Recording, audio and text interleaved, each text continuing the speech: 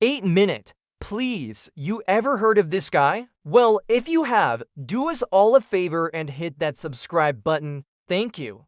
Now, let's time travel back to 1889 and meet the infamous Adolf Hitler.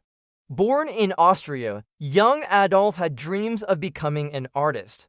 However, his application to the prestigious Academy of Fine Arts in Vienna was rejected twice, once for his portfolio, another time because they simply didn't have enough room for him. Devastated, he moved to the German city of Munich and began attending political meetings to cope with his art school rejection.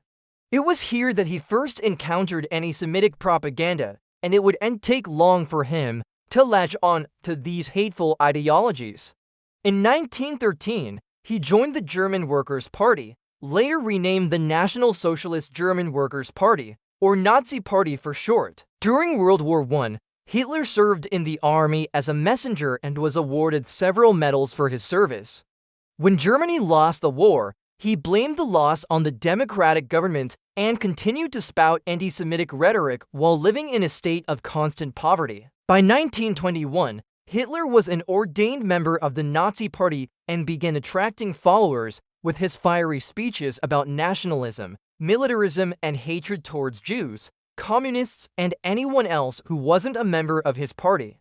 The following year, he published Mein Kampf, or My Struggle, detailing his political ideology and plans for Germany. He claimed that Germany's population was being deliberately weakened by those he called parasites, including Jews, communists, and pacifists. And in order to save the German people, he needed to come to power and get rid of them. Hitler's growing popularity began to alarm the government. And in 1923, during the Beer Hall Putsch, he led a group of 2,000 Nazis into the city of Munich in an attempt to overthrow the government and take control of Bavaria. However, the putsch failed when many members of the party refused to fight and police opened fire on the crowd. Hitler was arrested and sentenced to 5 years in prison, but only served 9 months before being released. The Nazi Party was then banned and its leaders, including Hitler, were ordered to leave Munich. But Hitler continued to speak at rallies and write books while living in exile in Bavaria. Meanwhile, the Great Depression devastated Germany.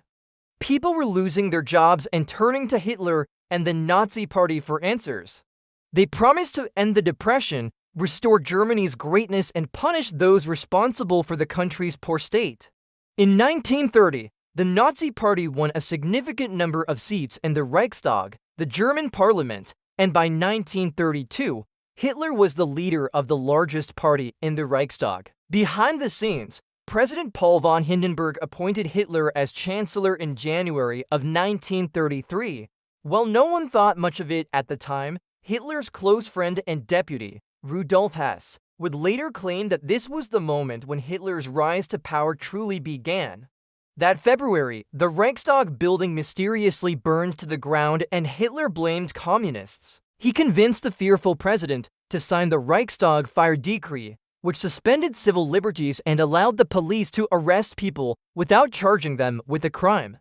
In March, the newly empowered Nazi Party held a massive rally and declared that the era of democracy was over. With the support of the president, Hitler established a totalitarian state. The Nazi Party was the only party allowed to exist in Germany, and anyone opposed to the regime was arrested or killed. Over the next decade, Hitler's Germany grew rapidly. The economy improved, unemployment decreased, and there was a strong emphasis on family values and traditional gender roles. At the same time, Jewish businesses were boycotted and closed, and Jews were prohibited from working in certain professions. In September 1935, the Nuremberg Laws stripped Jews of their citizenship and banned them from marrying or having sexual relations with non-Jews. Soon after, Jews were prohibited from voting and holding office. And in November 1938, Kristallnacht, or the Night of Broken Glass, saw Nazi mobs attack Jewish homes, businesses, and synagogues across Germany and Austria. Thousands of Jews were arrested and sent to concentration camps. As tensions grew in Europe, Hitler began planning for war. He wanted to expand Germany's territory to create more living space for the German people, which would require conquering other countries. So in March 1936, he remilitarized the Rhineland, breaking the Treaty of Versailles, which prohibited Germany from having an army.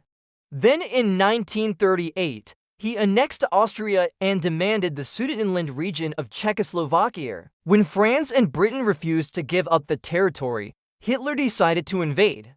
On September 1, 1939, German troops marched into Poland, and 2 days later, France and Britain declared war on Germany. World War II had begun. Throughout the war, Hitler's forces conquered much of Europe, including Poland, Denmark, Norway, the Netherlands, Belgium, France, and the Soviet Union, but his empire would soon begin to crumble. As the war raged on, supplies became scarce and the German people suffered greatly. Hitler's close circle of friends and family urged him to end the war and seek peace with the Allies, but he refused.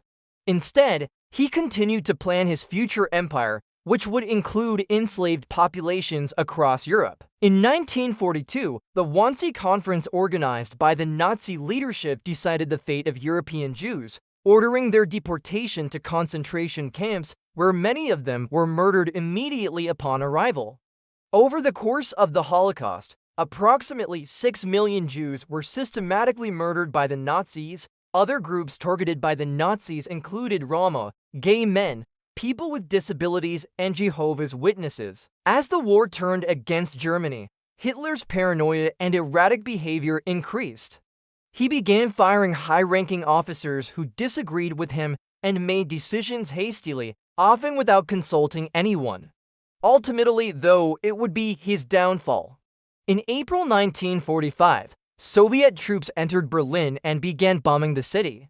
On April 29th, Hitler married his longtime lover, Eva Braun, and the couple spent their wedding night in a bomb shelter. The following day, as Soviet troops closed in, Hitler shot and wounded his deputy, Rudolf Hess, for wanting to negotiate with the Allies.